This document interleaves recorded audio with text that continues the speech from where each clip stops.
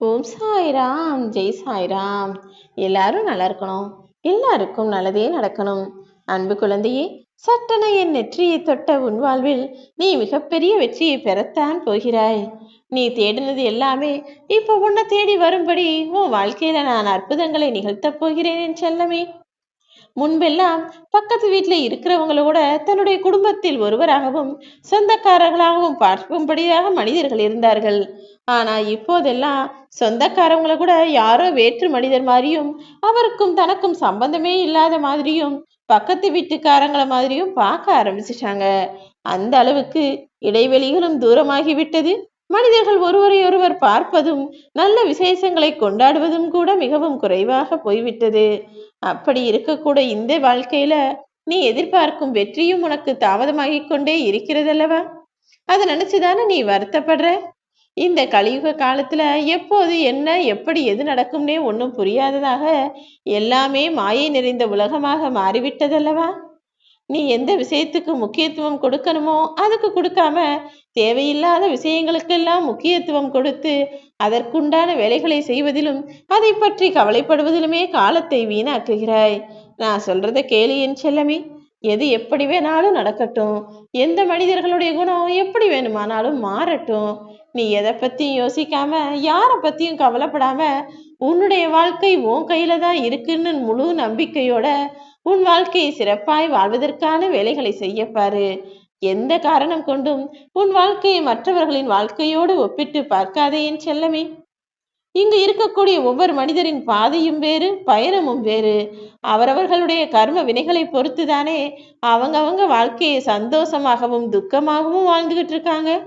அப்படி உனக்கு அமைஞ்ச வாழ்க்கையில நீ சில கஷ்டங்களை அனுபவிக்க வேண்டிய கட்டாயம் இருந்ததால இதுநாள் வரை கஷ்டங்களை அனுபவித்து வாழ்ந்து விட்டாய். இப்போது உனக்கான நல்லது நடக்கப் போகிறது என்ற உண்மையை சொல்ல வந்த உன் சாயப்பா நீ ஆசைப்பட்டபடியே உனக்கான வெற்றியையும் கொடுத்து உன்னை ஆசீர்வாதம் செய்வதற்காக தான் உன்னை தேடி வந்தேன் என் செல்லமே.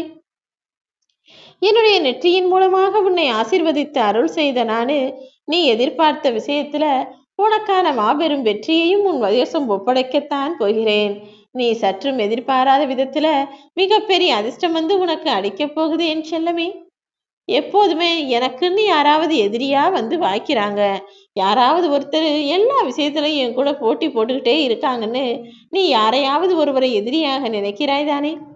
ஆனா நான் எதுக்காக தெரியுமா உன் வாழ்க்கையில, அதுவும் வீடா இருந்தாலும் சரி, அல்லது உன் குடும்பமோ அல்லது உன்னுடைய உறவுகளோ அல்லது உன்னுடைய அலுவலகமாகவோ இருந்தாலும் சரி, யாராவது ஒருவரை எதற்காக உனக்கு போட்டியாக எல்லா இடத்துலையும் வச்சிருக்கேன் தெரியுமா?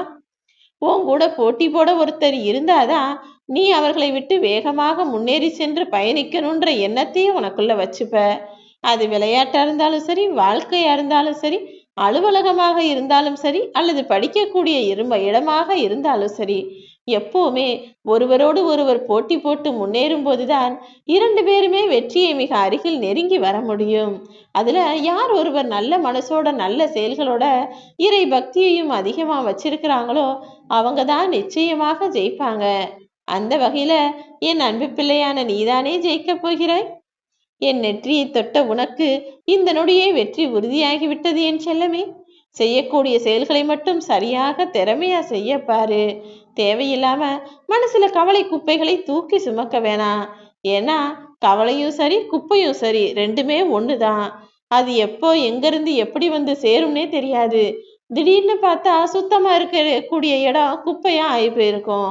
அதே போல மனசுல சந்தோஷமா சிரிச்சுக்கிட்டு இருந்திருப்ப, திடீர்னு ஏதோ ஒரு கவலை வந்து உன் மனதை ஆட்கொண்டு ஆட்டி படைக்கக்கூடிய மிகப்பெரிய அசுரனாக மாறிவிடும். அதனாலதான் கவலையையும் குப்பையையும் வீட்டுக்குள்ளேயும் மனசுக்குள்ளேயும் வச்சுக்காத. எல்லாத்தையும் தூக்கி போட்டுட்டு யார் கூடயாவது போட்டி போட்டு முன்னேறி போய்கிட்டே இருன்னு சொல்றேன். உறவுகள் என்பது எப்போதுமே சுகமானதா சுமையானதான்னு யோசிக்காத. அது அவரவர்கள் வாழ்க்கையை பொறுத்தது. உனக்கு இப்போதைக்கு உன் வாழ்க்கை எப்படி தோணுதோ அதன்படி வாழப்பாரு. நீ எதிர்பார்த்த விஷயங்களிலெல்லாம் உனக்கு வெற்றியை கொடுக்க வேண்டியது என்னோட பொறுப்பு.